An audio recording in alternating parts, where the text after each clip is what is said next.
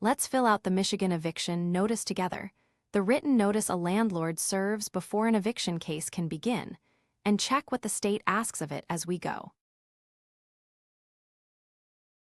Start at the top with the date of this notice. Then the landlord's name, in our example Anna Baker, and the tenant's, here Ben Carter. The form asks for every tenant and every adult residing at the premises, so list each one on its own line. If the lease has a guarantor, name them too, and if a line does not apply, write NA rather than leaving it blank. Next, the leased premises. Type the full street address, including the unit number, exactly as the lease describes it, then the city, state, and zip code on the next line. The notice and the lease should describe the same premises, so copy it word for word rather than from memory. Now the terms. Name the lease document you are enforcing and its date. Here a residential lease agreement dated June 1, 2023. The next blank, the number of days the tenant gets, is set by your state's law. We cover it in the requirements in a moment, so fill it in after checking that. In our example, the problem is unpaid rent, so we tick past due rent, enter $1,200, and describe the period, February rent, due on the 1st.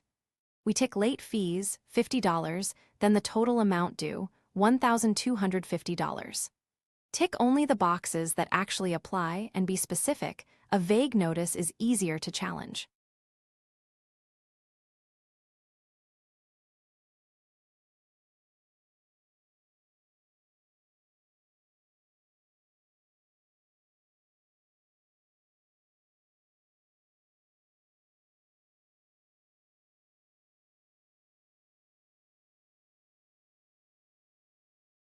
If you need to serve an eviction notice in the state, here is what the law requires, depending on your situation.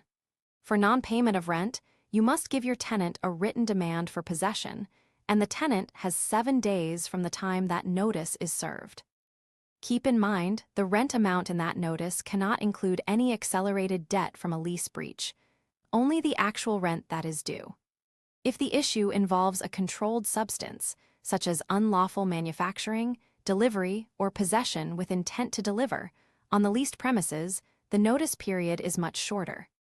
Just 24 hours after serving a written demand.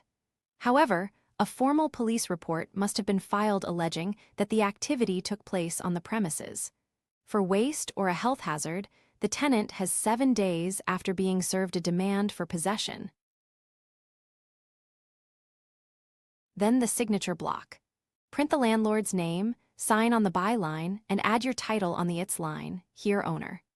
The certificate of service records when the notice was delivered, how and to whom, complete it when you actually serve the notice, and use the notary block if your state or your attorney asks for sworn service.